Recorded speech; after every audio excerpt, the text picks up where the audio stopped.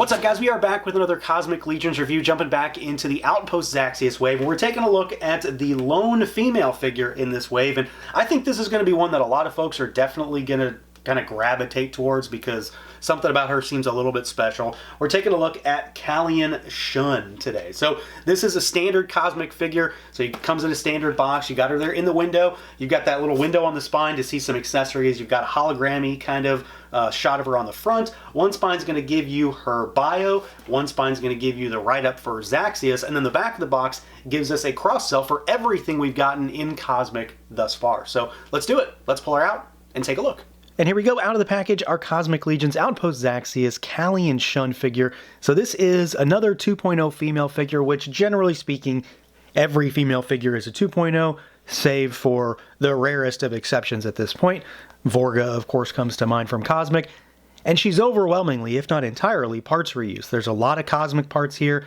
She's also got Mythic parts too, though, which is pretty interesting, and it's sort of explained away, if that makes any sense, in her bio. So let's see what she can do, see how she moves around. If you're familiar with 2.0 female figures, you basically know what's going on here. So you've got a head that can swivel. She does look up ever so slightly. She can look down a little bit. The hair, I mean, you can tell the hair is just going to get in the way. There's no way around it. You do have a little bit of tilt side to side. Arms are going to go out at the shoulders. She is asymmetrical, but they're essentially the same. Swivel. You've got your single jointed swiveling elbow.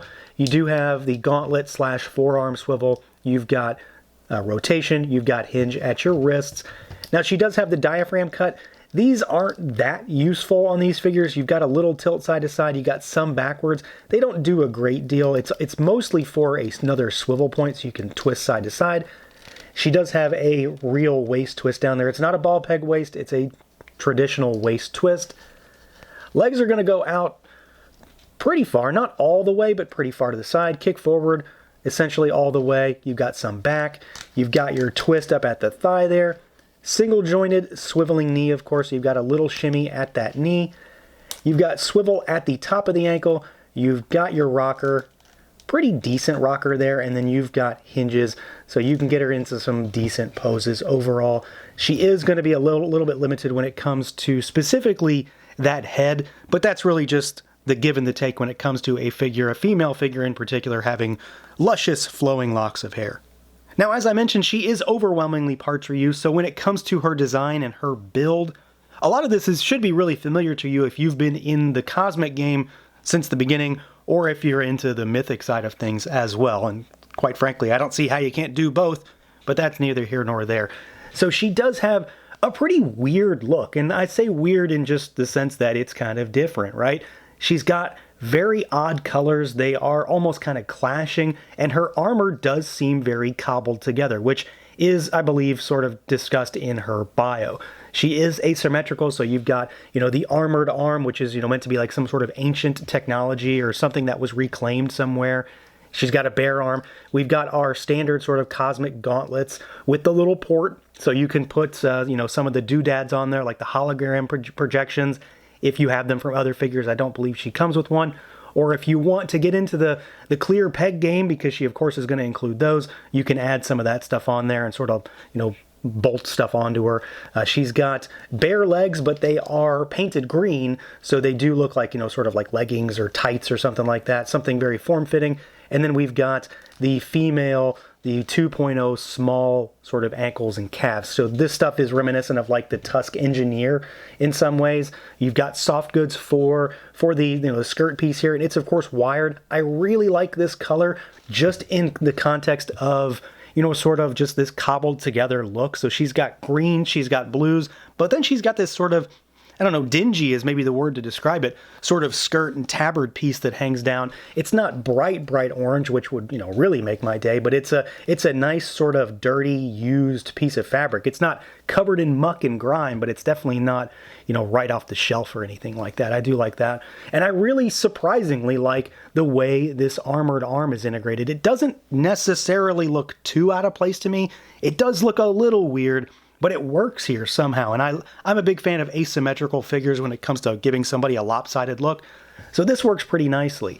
I do like the usage of the upper torso, the tabard style piece that you would see on a figure like, say, Delphina of Etheros from however long ago that was, Advent of Decay. So it's just sort of the standard female tabard piece, but then it's got these little, you know, paint markings on it, whatever this little doodad is supposed to be. But this doesn't look out of place to me. This looks like it could just belong as if it was like some sort of shielding or armor plating on her. She's got a massive set of belt and pouches and doodads and bits and bobs, so you've got more things to bolt stuff on. The belt is really well painted, heavily painted at that. All of the, you know, sort of clasps and the straps and everything are all individually painted, so it helps that pop a little bit. I would say the crowning part of this figure is easily going to be the head sculpt, though. It's not unique to her. This is one of the Thrace heads from the Paxos wave on the Mythic side, but this might be one of my favorite cosmic heads in general so far, just because of how heavily painted she is. So while she does have a ton of parts reuse, they kind of gave her a little bit of a oomph when it comes to this face, because there's so much going on here, from the smokiness around the eyes and the forehead to all of those dots, which of course they're just dots, but that's a lot of hit of paint. And then you've got tons of paint in this hair, and I really like the color here. In particular, I think it helps her pop a little bit. The facial expression is fairly, you know, stoic, but there's a really nice look about this one. It's a very pretty face, and I don't say that a lot when it comes to an action figure, but I really like this. I like the wash in the hair to help some of that pop and stand out as well. And in general, I think just kind of the cobbled together nature of this figure, while maybe a little odd at first, is really what makes her exciting for me. Now, as far as accessories goes, KALIAN has, well, she has a lot. Like, there's a lot of different stuff in this box. In the same way that she includes a lot of parts from various figures, she includes a lot of accessories from sort of all over of Cosmic so far. I really felt like I just kept pulling things out of her box over and over and over again. So to start with, there are a couple major ways to just change up her look, and in some instances kind of make her into an entirely different figure or character even. The big one right now anyway is this massive space poncho, basically. So this is like similar to what we got with Ziri. It's done up in the same color as the skirt piece.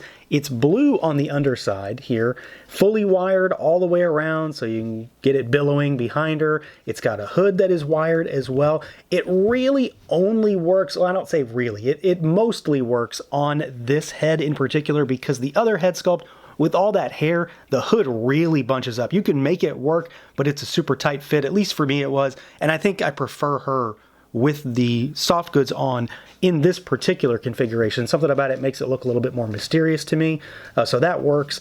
You do have an extra head sculpt here, and this is the same head that came with the Tusk Engineer from the first wave, so it's that very robotic head sculpt. It's done up in the blue that matches her armor with that same sort of orange contrasting color scheme here. You've got some cosmic sort of writing up here. You can take this piece off as usual, and you can throw it across the room like so. And then you've got the inner workings there that are painted, and then you've got the little sensors that are done up in a very bright blue by comparison. She does also include a pauldron. This is the same piece that came with Ias Cypidion. I will say that I had some concerns with this pauldron with him, in the sense that he's really, really thin. This thing seems kind of big for his body. It does seem a little large for her as well, but I think it fits her better. It fits 1.0 figures really well, but it does fit her a little bit better than Ias, I think. At least, you know, for my money. So I'm happy with this. I really like this pauldron. It's very organic looking. It's different. She only has the one, so that kind of lends to the asymmetrical look that she has. I really do like that. And then she has just a whole bunch of other stuff. So you do get a couple extra hands. We get a set of vertically hinged trigger finger hands to complement her gripping hands, because she does have some guns here. You get the big blaster rifle. All of these weapons are done up in sort of a bronzy color with some blue silvery accents on there. So you've got a little hit of paint, and then of course, you know, just like a lot of the other stuff, they have the ports for these pieces, which we might as well go ahead and talk about now. So the little cosmic pegs to pop stuff on. So you've got long ones, you've got short ones. Of course, these can go on her belt, any place that has that kind of hole. And it's got them on the wrist gauntlets as well. She also includes the cosmic blaster, similar color scheme also. We've got the staff that came with, this came with what? Thygar? Ias Cypidion maybe, if memory serves. Similar color scheme here as well. She also gets the little wrist rocket missile launcher that came with Novian, so it pops into those ports that are on the gauntlets. You could store it on her belt on the back also if you want. And then she's also got one of these newer belts that we've seen relatively recently, and it's got a lot of paint on it. It's got a lot of silver for these like metallic buckles that are all over it, so it makes it pop a little bit more. So she does have a lot of stuff. In many ways, like I said, you can sort of change her into being an entirely different character. This alone is enough for me to maybe warrant a second purchase if you really like doing that with Legions, and who doesn't. But we've got a whole bunch of options as far as parts, soft goods, and then really an entire arsenal of weaponry, both melee and ranged. So yeah, overall, I think KALIAN's a pretty solid figure. Maybe kind of a sleeper type character figure for this wave. I mean, for me in particular, I didn't think there was anything too exciting about her. I was obviously in to get her anyway, just to, have this figure and to have the complete set. But she is a lot cooler in hand than I expected. I really like the integration of the mythic parts in here. I don't need to see tons of mythic stuff in Cosmic, that's for sure. That doesn't need to happen all the time for me.